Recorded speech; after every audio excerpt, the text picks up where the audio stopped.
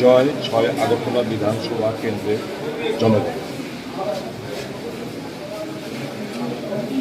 এত সন্ত্রাস অত্যাচার, ভোটারদের উপর বেধড়ক মারধর, আটকে দেওয়া, বহিরাগত গুন্ডাদের লেলিয়ে দেওয়া সত্ত্বেও এই জয়ের স্বাদ সত্যি আলাদা। যেটা 6 আগরতলা বিধানসভা কেন্দ্রের জনগণ এবং আমাদের কর্মীরা করতে পেরেছে, সেটা 8 বর্দলী বিধানসভা কেন্দ্রে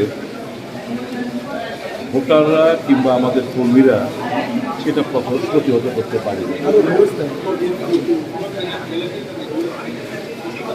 8 বর্দলী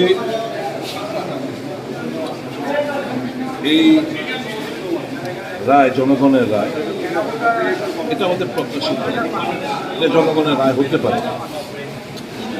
এটা যথেচ্ছ ফলস ভোটিং, আমি ছাপ্পা ভোট বলবো না, আমি বলবো যথেচ্ছভাবে ফলস ভোটিং এর বহিঃপ্রকাশ ঘটেছে। মানুষ কাটকে রেখে, যেখানে কংগ্রেস প্রভাবিত এলাকাগুলোতে মানুষ কাটকে রেখে, যেখানে ফরওয়ার্ড ব্লক বা বামপন্থীদের প্রভাবিত এলাকা ঘরে বেঁধে আটকে রেখে,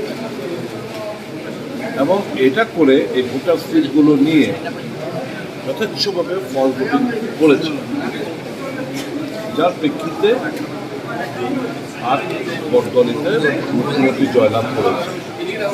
হিসাবটা উনিও জানেন। হ্যাভিং লস্ট অল মোরালিটি, হি ইনফ্লুয়েন্সড নির্বাচনের দিন ফোনে সেক্টর অফিসার এবং প্রিসাইডিং সঙ্গে কথা বলে আমার ছেলেরা যাবে, এদেরকে অ্যালাউ করে দাও। আমাদের কাছে সে প্রমাণও রয়েছে, যখন সময় সেগুলো ব্যবহার করব।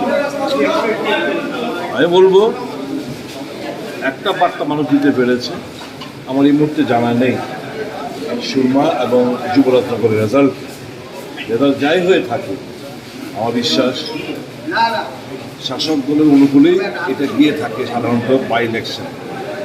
6 আগরতলা বিধানসভার ভোটাররা জানান দিয়ে দিয়েছে আগামী দিন কী হতে যাচ্ছে।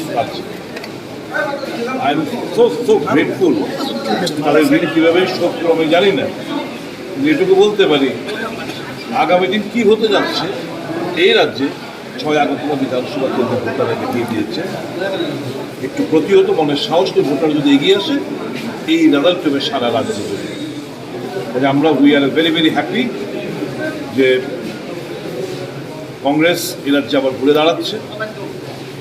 কংগ্রেস মানুষের কাছে একটা গ্রহণযোগ্যতা নিয়ে মানুষের কাছে পৌঁছচ্ছে, এবং আগামী দিন কংগ্রেসের নেতৃত্বেই এখানে একটা গণতান্ত্রিক শান্তিপ্রিয় একটা ধর্মনিরপেক্ষ সরকার আমরা গঠন করে দেখাবো।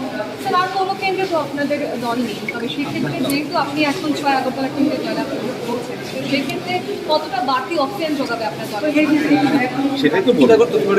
সেটাই তো বললাম, energy and dividend in the coming days for the Congress.